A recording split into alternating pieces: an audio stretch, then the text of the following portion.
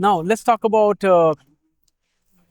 Since the early days now, I think it's since last 2 years or maybe 1 year. When we come to this KubeCon, the only thing that we hear about is AI, AI, AI. With AI inference, intelligent agents, and of course, new workloads keep coming up. How is it also changing or shaping the priorities of the CNCF, communities or the foundation itself? I think what we're seeing is a merge where cloud native and AI are kind of becoming synonymous. I think the one thing I've said a few times, I think I heard it at one KubeCon and I've kept repeating it. But if AI is the new application, then Kubernetes is the new web server. And what we're seeing is the ability of AI workloads are by their very nature distributed. They require, sophisticated scheduling, both in terms of orchestrating the hardware, but also like orchestrating inferencing workloads and in future agents. And therefore, what we're seeing is a number of projects, including, schedulers like Volcano and new projects that kind of orchestrate LLMs like Kser, for example, are choosing the CNCF as their foundation.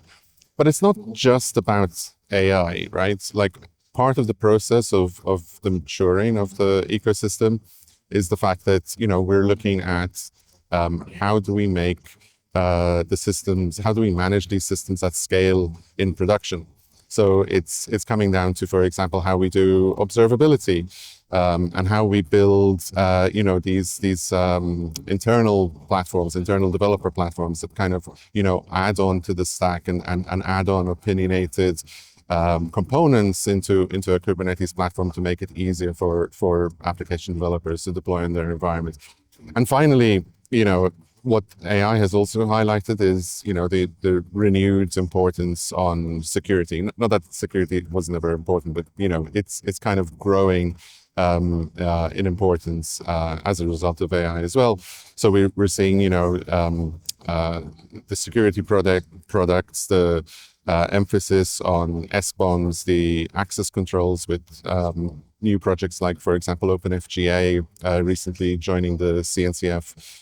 And we're seeing, the CNCF dealing with some of the challenges with the Cyber Resiliency Act and other such legislations that are happening in different geographies.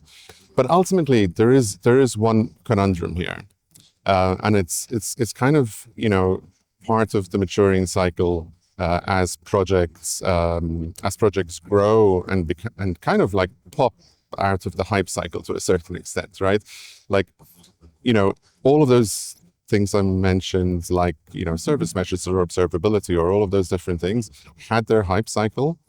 They got a lot of funding, they got a lot of focus, a lot of engineers. A lot of those things have gotten to a certain point of maturity where now they need to be sustained and they're coming out of the hype cycle. So part of the work that the CNCF is doing in the TOC is ensuring that those projects remain healthy and continue to thrive in this new environment. Of course, with AI, we're seeing projects like Envoy, for example, get used to develop AI API gateways and things like that, and we're seeing renewed focus on a number of the different projects in the observability space or the security space being driven by new AI workloads. And I think what we're seeing now is the growth of Kubernetes and those cloud native ecosystem in the inferencing space for AI. And I think that will be sort of the biggest focus over the next year.